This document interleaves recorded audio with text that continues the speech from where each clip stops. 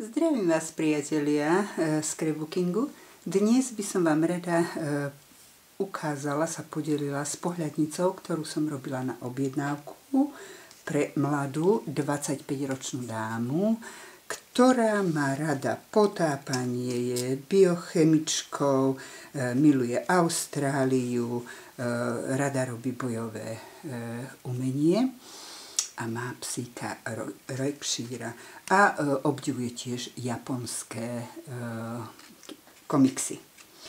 Takže prvá strana vyzerá takto.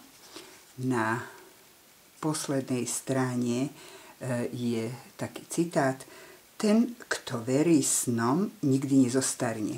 Pozrime sa, ako som a čo som vytvorila vo vnútri.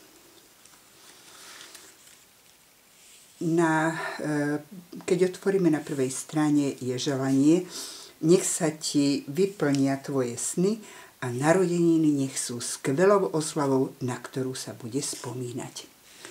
Ďalej som urobila obálku, na ktorej zase to japonské kreslené dievčatko a všetky obrázky, záľuby, ktoré táto mladá dáma miluje, ľúbi. Otvoríme obálku a je tu citát od Edith Piaf: najdôležitejšie je milovať, byť milovaná, šťastná a vyrovnaná sama so sebou. A vo vnútri v obálke je, tuším, 10 rôznych záložiek. Každá z nich má niečo z toho, čo mladá dáma ľúbi robiť, a ku každému je nejaký citát k Austrálii a k moru. Ak sa zahľadíš do vlniacich sa vôd mora jasným, neskonalým zrakom, tak uzrieš v každej vlne obraz najvyššej pravdy a krásy. Tuším, si budem musieť založiť okuliare. O biochémii. Biochémia je to posledné, čo z niekoho činí matku oprav. Vyfri. O drahokamoch, a ja myslím, že jej kameňom je ametist, zbystruje myseľ a zbavuje ju všetkých hriešných myšlienok. Povedal to Leonardo da Vinci. Tanec je umenie, v ktorom si nohy myslia, že sú hlavou. Čokoláda. Prišli sme na tento svet, aby sme vychutnali život a jeho dary.